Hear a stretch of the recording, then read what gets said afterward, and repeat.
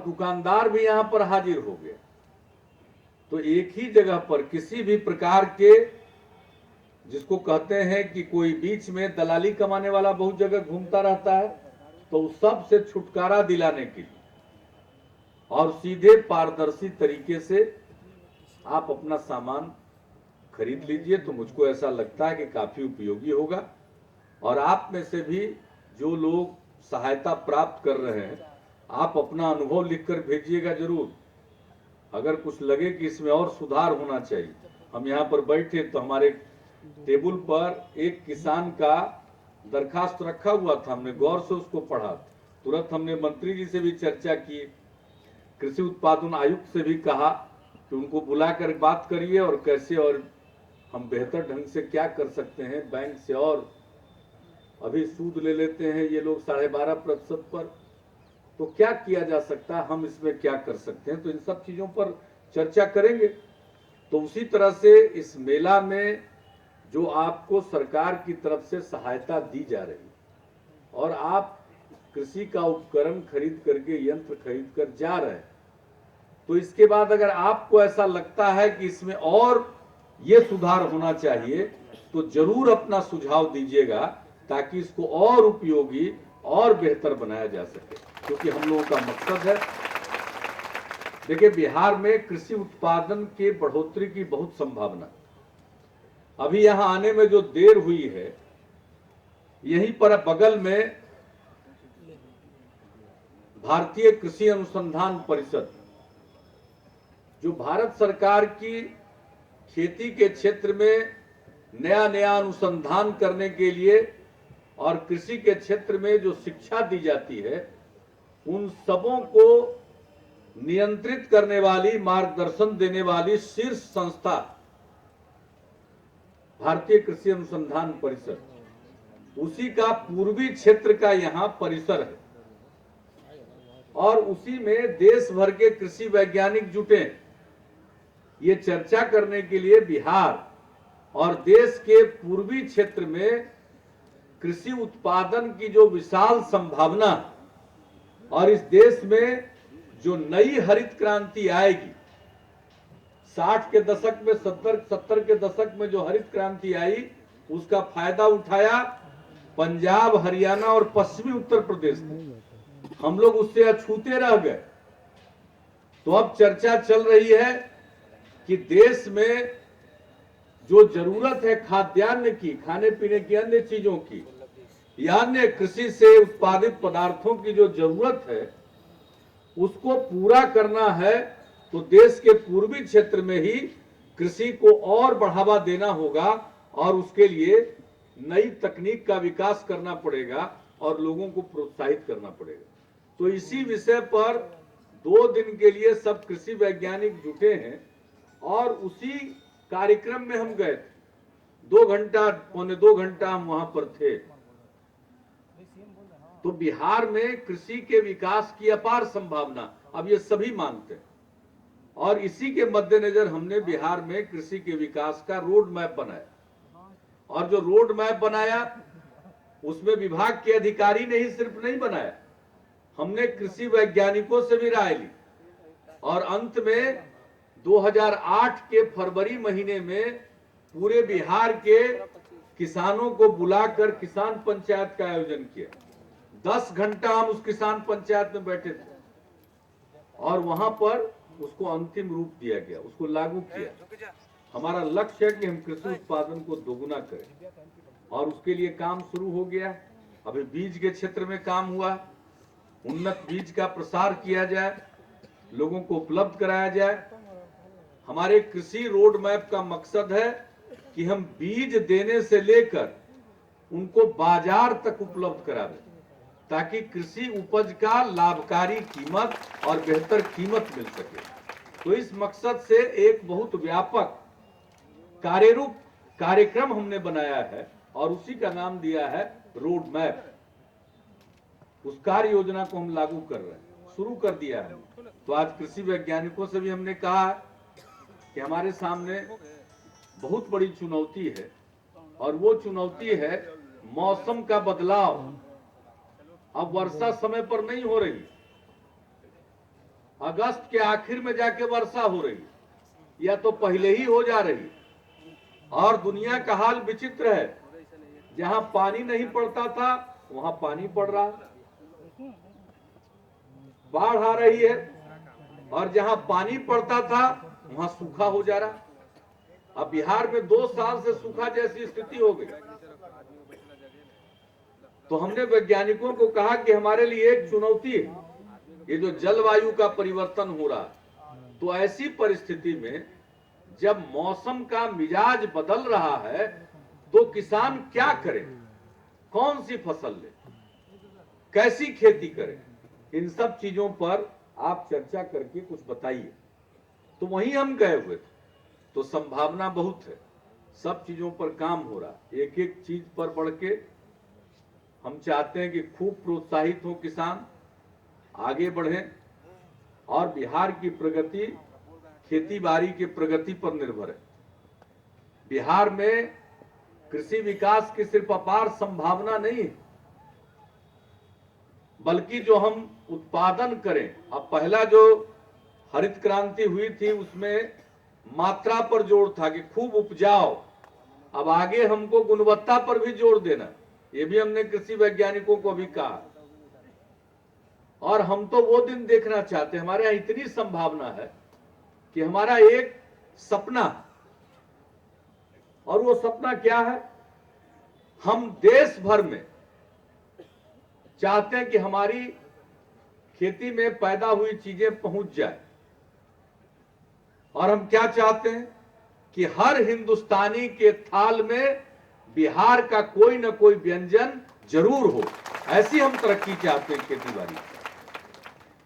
हर भारतवासी के रसोई घर में बिहार का कोई ना कोई चीज हो, उसके थाल में कोई ना कोई व्यंजन हो। और ऐसा संभव है, देखिए ये हम असंभव बात नहीं बोलते, वैसे सपना ऊंचा देखा जाता है। जब तक हम ऊंचे सपने नहीं देखेंगे तब तक उसको हकीकत में परिणत करने के लिए मेहनत नहीं करेंगे। हम ऊंचे सपना देखना चाहते हैं, लेकिन ये ख्याली पुलाव नहीं है, ये सपना सच में तब्दील होगा और आपकी बदौलत तब्दील होगा और बिहार बहुत आगे जाएगा।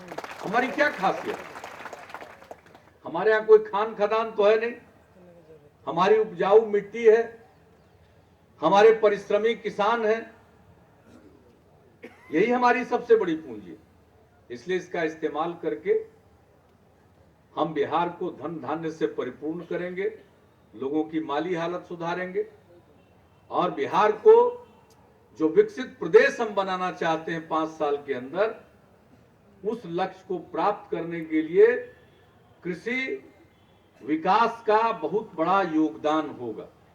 इसलिए आप सबसे प्रार्थना भी है और इसलिए हमने कहा कि भाई हम लोगों को जो लगा वो कार्यक्रम आपके सामने है, इसमें अगर कहीं कोई कमी लगे, आपको लगे कि इससे बेहतर किया जा सकता है तो सुझाव जरूर दीजिएगा। हम लोग उसके लिए हमेशा अपने दिमाग को खोल कर रखते हैं कि और बेहतर ढंग से हम इसको कैसे लागू करें।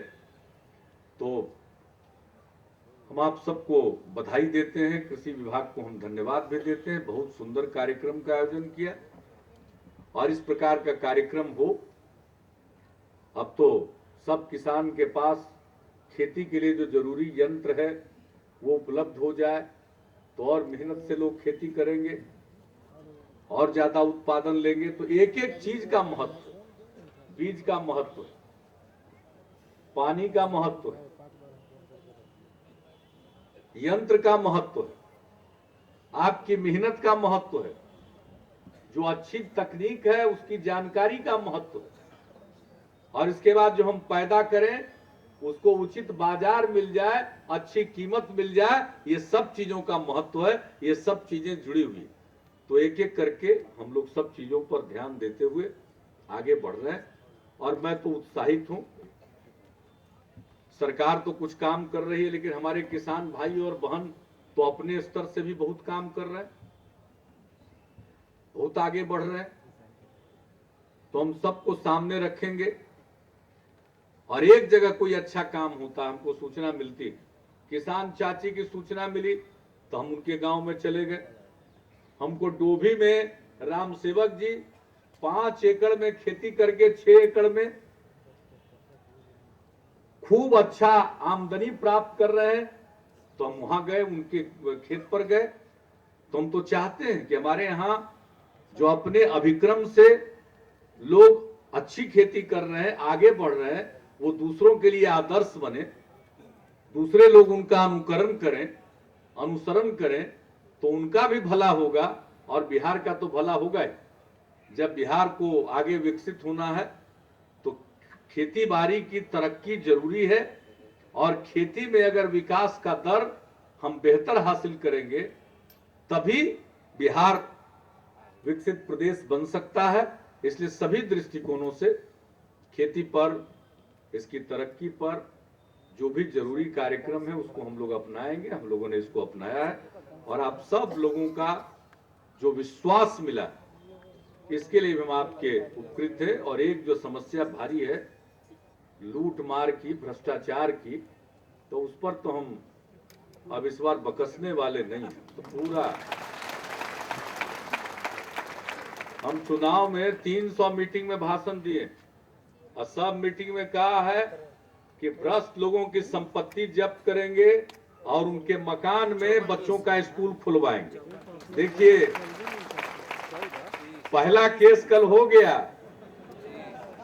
जब्ती का आदेश सक्षम प्राधिकार से मिल गया। अब देखते जाइए आगे आगे होता क्या है। एक को नहीं बख्शेंगे, आपका सहयोग चाहिए, आपका साथ चाहिए, और जो गड़बड़ करने वाला है उस पर नजर रखिए, सूचना दीजिए, हम लोग भी दुरुस्त करने की पूरी कोशिश करेंगे। और देखिए, इसमें आप सब लोगों की भी भूमिका, हम हाथ जोड़कर करेंगे। हम लोग चाहते ही रह जाएंगे तो क्या होगा? आप नहीं तय होइएगा, हमको देना ही नहीं है, ये संकल्प हो जाएगा। आप तो उपाय हम ऐसा कर रहे हैं कि लेने वाला रखेगा कम, धीरे धीरे देखिएगा, जगह नहीं बचेगा। किसी के कमाई का पैसा उसका रिश्तेदार भी रखना नहीं चाहेगा। अब तक जो रखा होगा सब पचा के अपना पचा लेगा। काम आवेगा ये गड़बड़ लोगों का पैसा? उनके नहीं काम आवेगा। आप लोग तैयार रहिए, साथ दीजिए। भ्रष्टाचार को भगाने की भी शुरुआत इसी बिहार से होगी। तो मैं आप सबको क्रिसमस की शुभकामनाएं देता हूं। नया साल आने वाला है, 3 सप्ताह के बाद, उसकी भी मैं आप सबको शुभकामनाएं देता हूं। नया साल जो आवे वो बिहार के लिए और बेहतर हो, और हम सब मिलकर के, और एक चीज हाथ जोड़कर प्रार्थना करेंगे, भाई आपस में झगड़ा झंझट बंद कीजिए। और इस बार बिहार के लोगों ने एकजुट होकर के फैसला दिया वो झगड़ों के खिलाफ और प्रेम और भाईचारे के पक्ष में दिया, ये सबसे बड़ी बात थी। तो मिलकर चलेंगे हम लोग, बिहार को ऊंचा बनाएंगे। और एक जमाना था बिहार दुनिया को ज्ञान की रोशनी देता था, फिर से हम लोग दुनिया को फिर से नई रोशनी देंगे, नया राह दिखाएंगे, प्रेम का, मोहब्बत का, विकास का, सद्भाव का, सबका राह यहां से निकलेगा। तो सब मिलकर के, सब किसान भाई बहन सब आए हुए, आप बच्चा बच्ची सबको पढ़ाना है। अब लड़की को बिना पढ़ाए नहीं, तो ड्रेस साइकिल सब मिल गया, सबको पढ़ाना, पढ़ना जरूरी है। नहीं पढ़ता उसको बहुत ठग लेता है। कौन कागज पर ठिप्पा लगवा लेगा, अंगूठा का निशान कोई जानता ही नहीं। उस गरीब को मालूम नहीं रहता, उसके नाम से बैंक का कर्जा निकाल लेता है ठग लोग। एक से एक ठग धूर्त लोग घूमता है। इसलिए पढ़िएगा जरूर, बच्चों को तो जरूर पढ़ाइए। जो पढ़ने से वंचित रहे उनके लिए भी उपाय कर रहे हैं। महिलाओं के लिए अक्षर आंचल योजना, पुरुषों के लिए भी सोचा जा रहा है। लेकिन जो बच्चे हैं, नई पीढ़ी के लोग हैं, उनको पढ़ाइएगा जरूर। पेट भी काट करके पढ़ाना पड़े तो पढ़ाइएगा जरूर। वैसे तो सब इंतजाम सरकार कर ही रही है। स्कूल में जाने वाले के कपड़ा से लेकर के, खाना से लेकर के, किताब से लेकर के सब इंतजाम कर रहे हैं। इसलिए पढ़ाई लिखाई पर पूरा ध्यान, एक बच्चे को स्कूल के बाहर नहीं रहने देना। और अपना बिहार बहुत आगे जाएगा, बहुत आगे जाएगा। आप सबको बहुत बहुत धन्यवाद।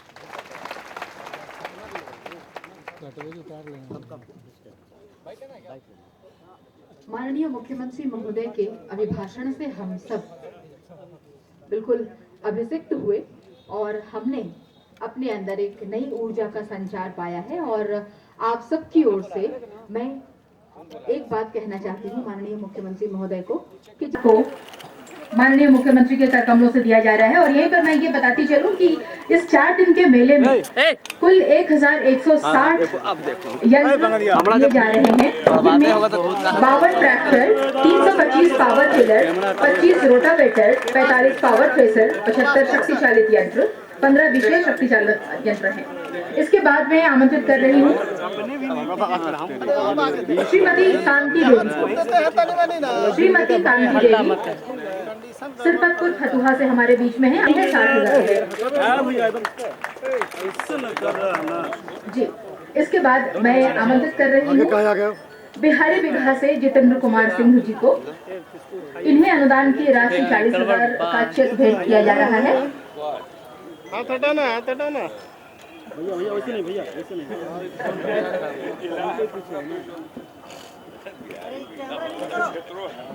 इधर देखिए, सामने इधर हल्ला क्या करते हो भाई? थोड़ा सा कैमरा हटाओ भाई, थोड़ा सा भाई। ये प्रतिनिधि है, यानी कि 1160 यंत्र जो मिलने हैं उनमें से हमको उतार के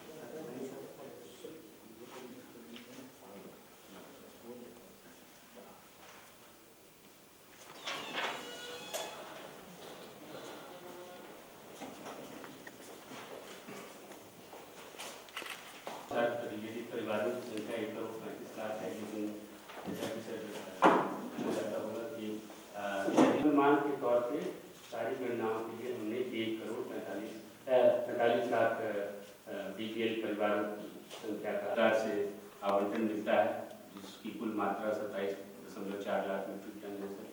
तो इस प्रकार से 80 लाख अतिरिक्त परिवारों के लिए हमको खाद्यान्न की उपलब्धता सुनिश्चित करनी होगी, यानी 25 किलो चावल और देने के लिए। तो आ गया सुप्रीम कोर्ट का करीब 35 किलो ही देना सर, 35 किलो ही देना है, यही आया है ना। तो मैं अभी की व्यवस्था की कह रहा हूँ, 25 किलो पर देते हैं सर। हम इसलिए अभी पूछ लेना चाहते हैं।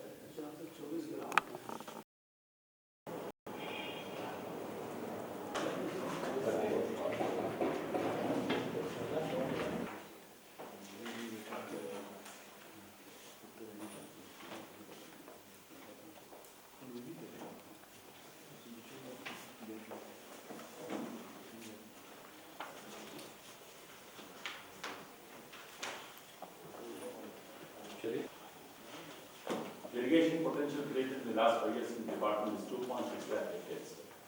That's one of the main highlights of this slide. The various schemes under construction are 8 in number and medium schemes are 2 in number.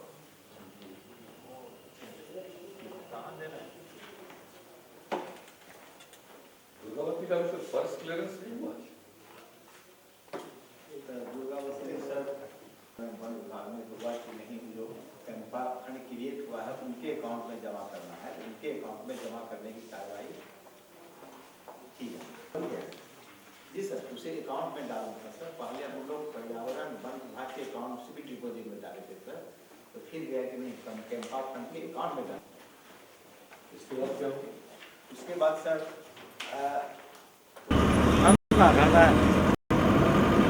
हम जानबो नहीं करते, पूरा काटता है।